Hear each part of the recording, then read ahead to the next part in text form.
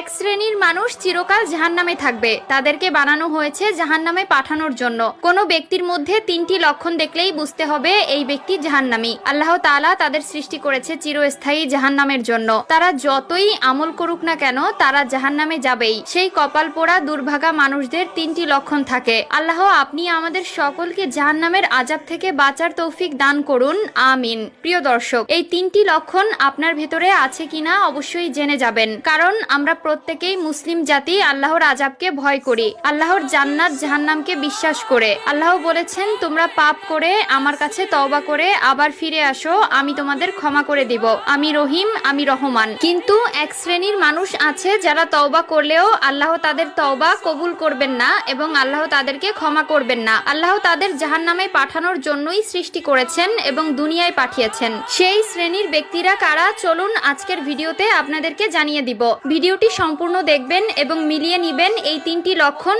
আপনার ভিতর আছে কিনা। যদি থেকে থাকে অবশ্যই আল্লাহর কাছে পানাহা চাইবেন, আল্লাহর কাছে ক্ষমা চাইবেন। ভিডিওটি শেয়ার করে দিবেন, হয়তো আপনার একটি শেয়ার একটি মানুষকে ইসলামের পথে চলার জন্য সাহায্য করবে এবং পাপ কাজ থেকে নিজেকে বিরত করবে। একটা জাহান্নামী ব্যক্তি একটা চতুষ্পদ প্রাণীর চাইতেও নিকৃষ্ট, কারণ চতুষ্পদ প্রাণী জাহান্নামে যাবে না, কিন্তু একটা মানুষ আল্লাহর সৃষ্টির সেরা জীব হয়েও তার পাপ কাজের কৃতকর্মের জন্য চিরস্থায়ী জাহান্নামে জ্বলতে হবে। তো চলুন বেশি কথা না বলে শুরু করি আজকের ভিডিও। আজকে আমরা জানবো জাহান্নামী ব্যক্তিদের তিনটি লক্ষণ সম্পর্কে, যে তিনটি আমাদের সকলের মধ্যে বিদ্যমান থাকতে পারে। জাহান্নামী ব্যক্তিদের তিনটি লক্ষণ হলো, এক, তাদের অন্তর আছে কিন্তু এই অন্তরে আল্লাহর ভয় জাগ্রত হয় না।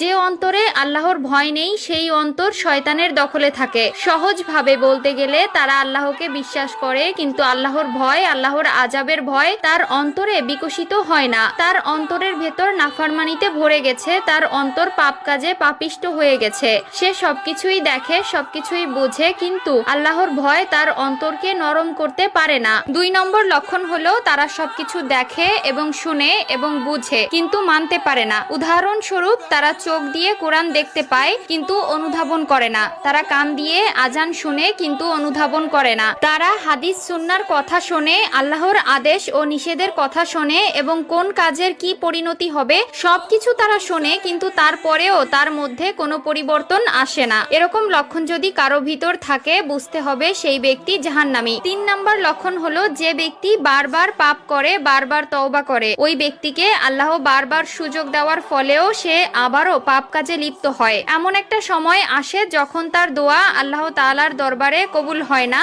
আর আল্লাহ তাআলা ক্ষমা না করলে সেই ব্যক্তি